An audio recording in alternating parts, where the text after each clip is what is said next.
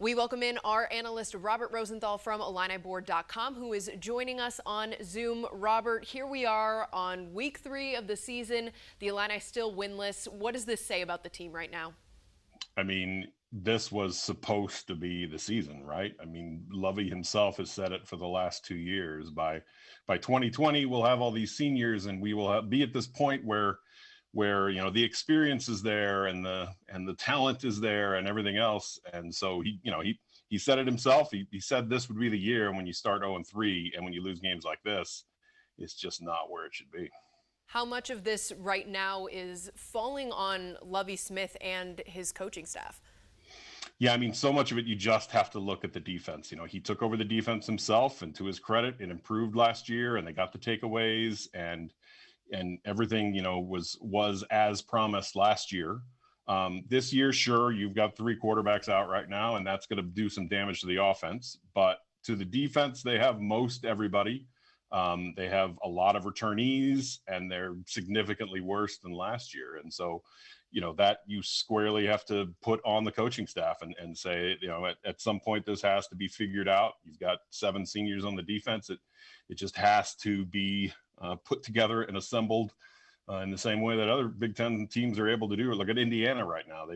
They've assembled their group of seniors. They got a bunch of talent coming back, and they just beat Michigan. So when you compare it to what else is going on in the conference, it's just not good. Is Lovie Smith in the hot seat right now? I mean, the difficult question is do any schools have the ability to have a coaching change at all this year? I've seen predictions that there will only be 5 coaching changes in college football this year, just because most schools are running a massive deficit. There's no money for a buyout. There's no anything else. If this was a typical year 5, he's on a 6-year contract that it was extended to a 7th year after 2018. College coaches generally work on at least a 3 or 4 year deal because they want to recruit and tell kids that they'll be there the whole time. So if there was no COVID, this is an extend or fire year. And if you start 0-3 and if you go something like 1-8, then it would be a no-brainer for Josh Whitman. After 5 years, it's just not there. But with COVID, who knows? What's the budget? Is there money even for that? How do they handle the massive deficit from the lack of revenue?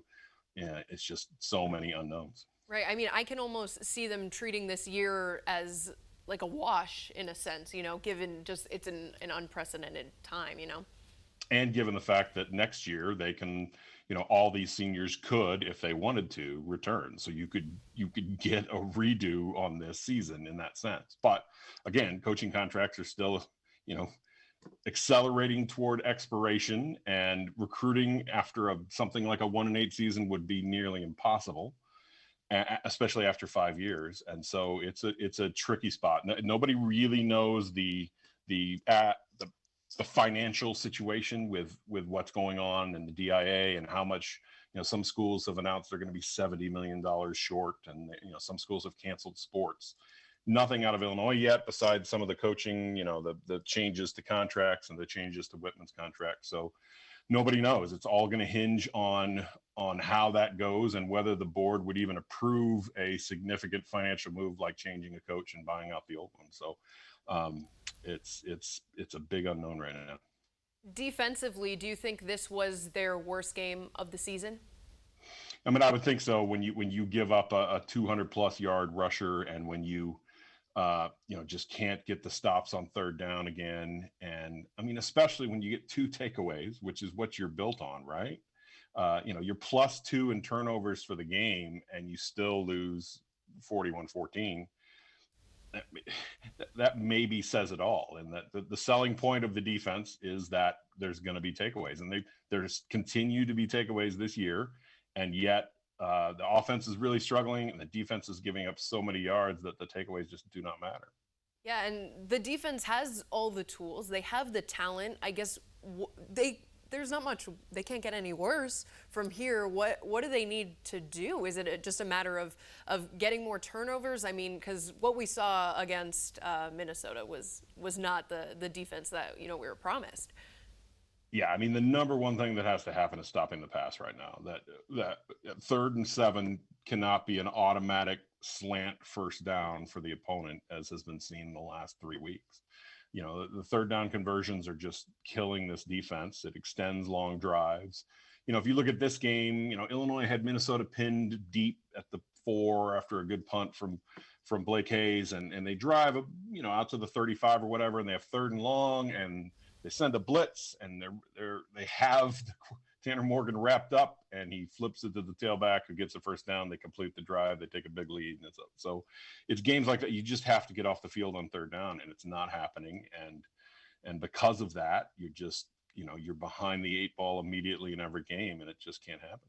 How much of a concern for you were the penalties?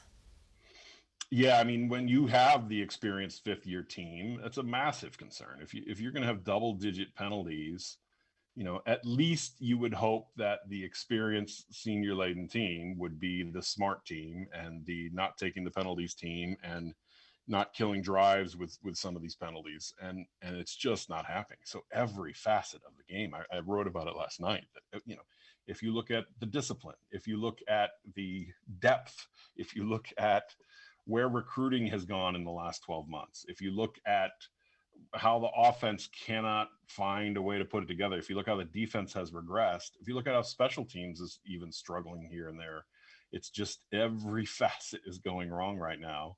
And how do you turn all of that around at once? Can they turn it around? I mean, they had the opportunity here, right?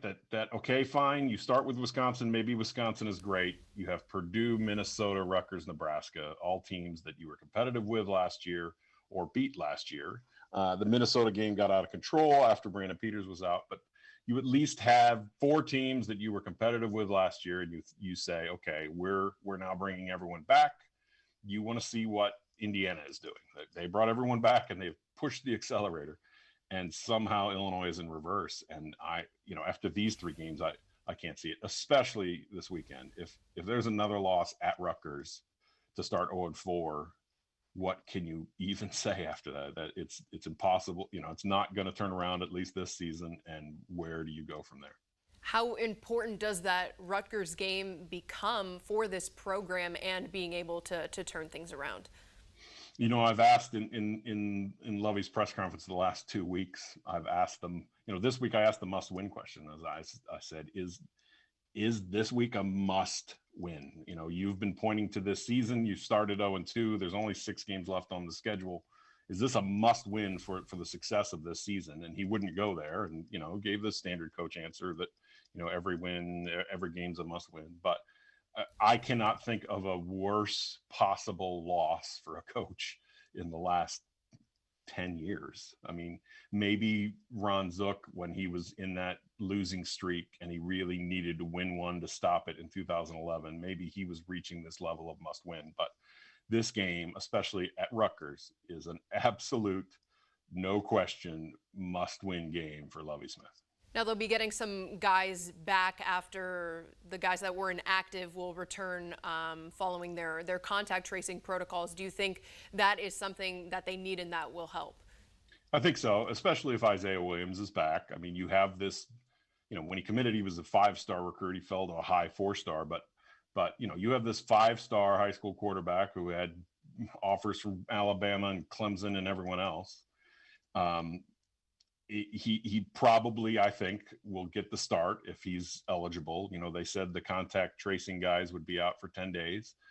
They have now served their 10 days. So you would assume that he is back, and he was the 2nd string guy before that, and Caranta was 4th. And so maybe that's what this, maybe this is the Isaiah Williams game. Maybe this is a moment of, okay, let's see what one of the top recruits in the last 20 years, let's see what he can do. So, a friend texted me today to say, why would I even watch this game on Saturday? Well, that's the answer, is maybe there's a possibility we see the Isaiah Williams show and we see why he was so hyped coming out of high school.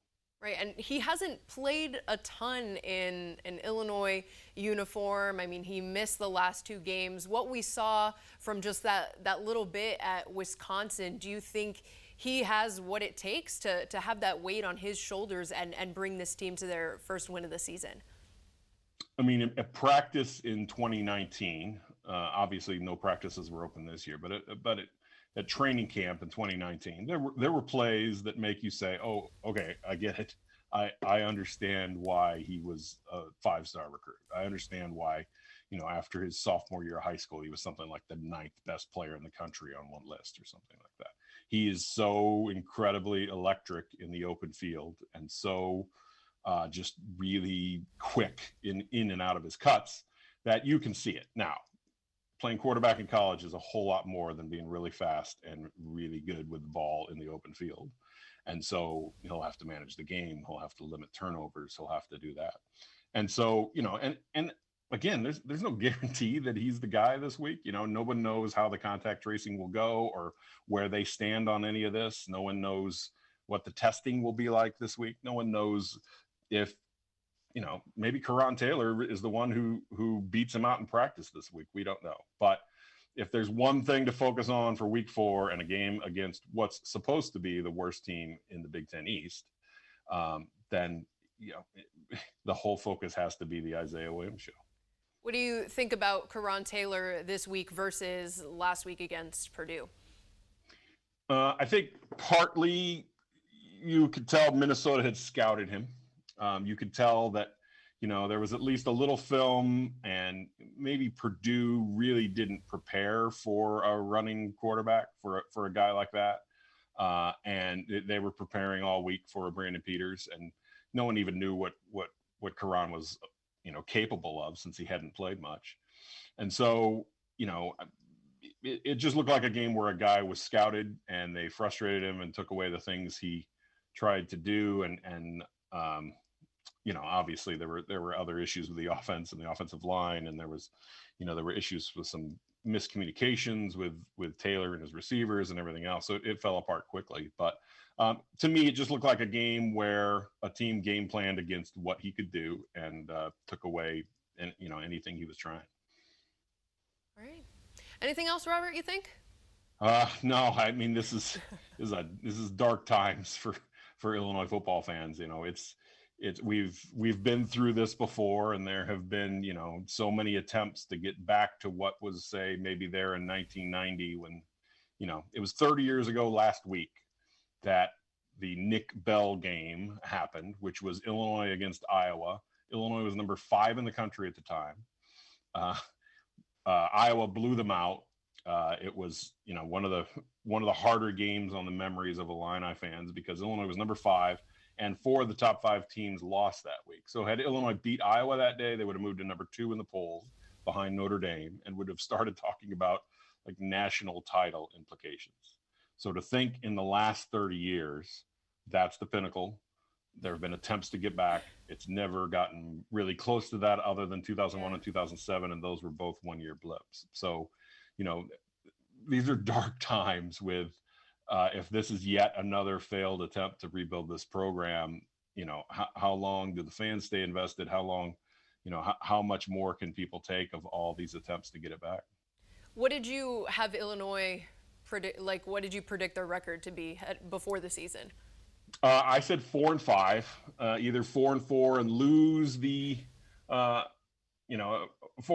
and lose the game on December 19th, whatever they're calling it, Championship Saturday, right, where the 3 seed plays the 3 seed. So I said 4-5, either a 3-5 season, then you win that game, or a 4-4 season and you lose that game. If you looked at the schedule, you were scared of Wisconsin and Ohio State, but the other 6 games all seemed at least gettable.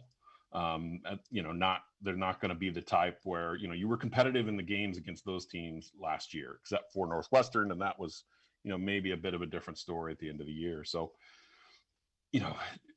it was all right there. They went 4-5 in the Big Ten last season.